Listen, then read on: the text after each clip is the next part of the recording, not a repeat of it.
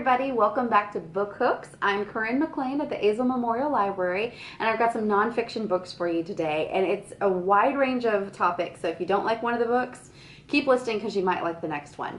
So the first book I have is a book, it's a true survival story. It's called 438 Days, An Extraordinary True Story of Survival at Sea. It's by Jonathan Franklin, who wrote the recent book about the 33 Chilean miners who were trapped and fortunately were all rescued. That book was translated into like 19 languages. It sold a ton of copies, so he is definitely a very good author. He's both a journalist and a documentarian. And he found out about this man named Salvador Alvarenga, who is from Mexico, and he and a friend set sail off the coast of Mexico in Costa Azul for just a weekend fishing trip in a modest boat. It wasn't huge. And unfortunately, a storm hit, and their motor, I don't remember what happened, but they had no power. And they basically were set adrift for the whole weekend. And the storm just kept pushing them out to sea and out to sea. And they were hundreds of miles away by the time the storm ended. It was very, very grim for them after 4 months at sea with basically, just surviving on what they could find, fish or birds or rainwater. His companion did die. So Mr. Alvarenga was alone, and it took 438 days for him to finally land in the Marshall Islands, which was 6,000 miles from his starting point in Mexico. I mean, that's like 3/4 of the way to Australia. This was by no means an easy read in terms of, he struggled. I couldn't survive 4 days adrift at sea, much less over a year. But in terms of readability, it was very approachable. The book isn't too long. It had a lot of reminiscence to The Life of Pi, which was that fiction novel that came out a long time ago with this like fantastical tale of survival at sea. Well, this is like the true version of it, sans any tigers.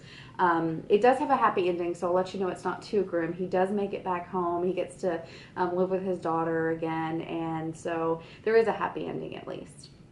So switching from a tale of survival to a tale of death, we've got the book Dead Presidents, an American adventure into the strange deaths and surprising afterlives of our nation's leaders. It's by Brady Carlson. So many of our presidents have died in very odd or kind of interesting ways. For example, Garfield was shot, but he didn't necessarily die from his bullet wound. It was more the improper medical testing that they did that kind of contaminated the wound. So he goes into some of those deaths, but he also talks a lot about the monuments and memorials and statues that are erected for our presidents. I mean, Washington, D.C. alone is full of them, but there's all kinds of cities and memorials and things all over the country that are dedicated to dead presidents.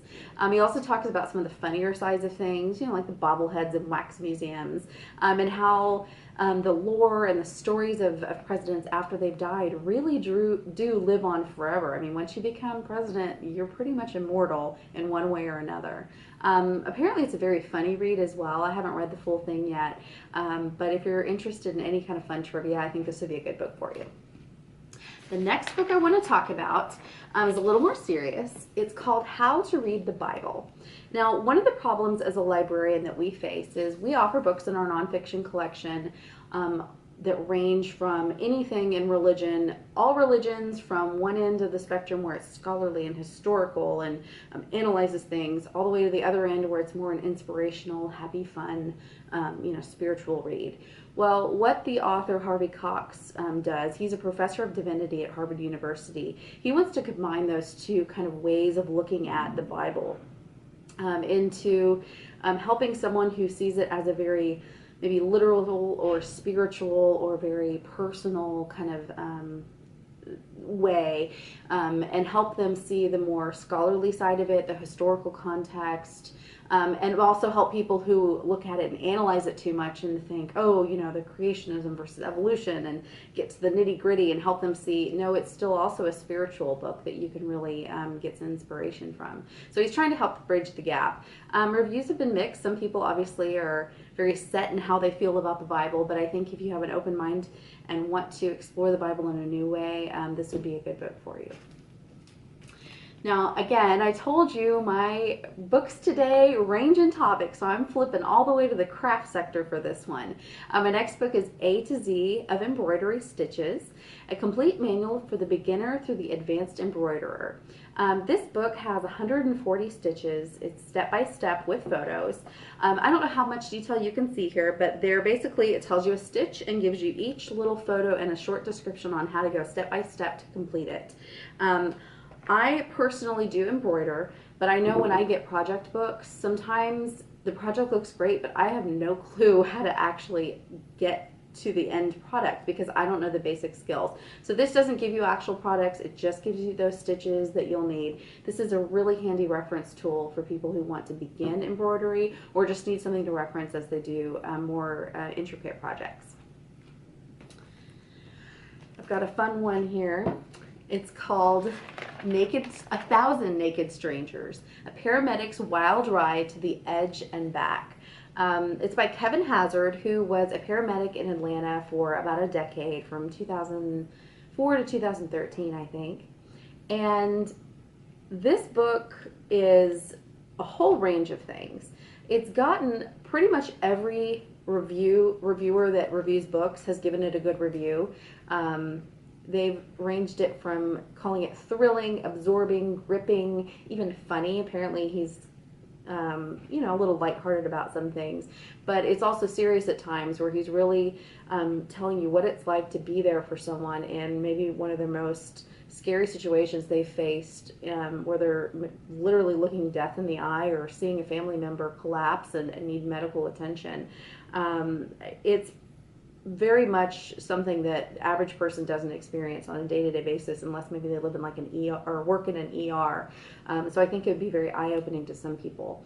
But like I said, it's gotten tons of good reviews. I do recommend that you give this book a try, but I will warn you, there are definitely gory parts because he's dealing with medical emergencies. But again, that's 1,000 Naked Strangers. And my last book is one that I was very excited to discover. It's called Preserving Family Recipes, How to Save and Celebrate Your Food Traditions. It's by Valerie Frey, who is an archivist and a very avid amateur cook. So this book is great for people who maybe have had recipe cards passed down to them from their grandmother. You know, and sometimes recipe cards can be yellowed or kind of crumbling at the edges, or maybe they have food splattered on them and the handwriting's fading. So she tells you how to preserve and archive those types of documents that have been passed down, or even cookbooks that are maybe falling apart. But she also goes into really some interesting ideas of how to talk to living relatives and maybe do an interview with them. She gives you tips on whether you should do an oral interview or write things down, maybe video them, and actually watch them cook recipes, because sometimes written recipes aren't enough. There's techniques that you need to learn from someone that once they're passed away, you're not going to be able to learn. She also gives tips on how to decipher and interpret recipes. So I know from my own experience, my mom and I were recently going through some recipe cards that had been passed down from various family members who are long passed away. And some of the ingredients were the name brand of whatever it was at the time, but they haven't sold that name brand product for maybe 30 years, so we didn't even know what the ingredient was supposed to be. There were also issues where it would say a pinch of this or a handful of that, or add sugar, but it didn't say how much sugar to use. So she gives you some tips on how to kind of decipher those little things that have been lost over the years, or maybe have changed. For example, the quality of ingredients might have changed. You know, your great-grandmother was probably getting fresh eggs from the chickens out in the back, or maybe the grocery store had a local farmer that delivered them, whereas now they're in mass-produced chicken factories, and who knows what ingredients the chickens are eating. So that can make a big difference in how your food turns out. This was a really, really interesting book, and what's really neat about it is she does actually have some cool recipes in here. She goes to a woman's house and actually watches her make biscuits, and the woman had never used a recipe. She just added flour and lard and buttermilk, and so she actually calculated it out and wrote down the recipe and gives it to you. So it gives you some really good examples and some really neat photos of old recipes. So that's all I have today. I hope you enjoy these books. If you do, leave us a comment, let us know. You can find these books and tons more at the Azle Memorial Library. Thanks.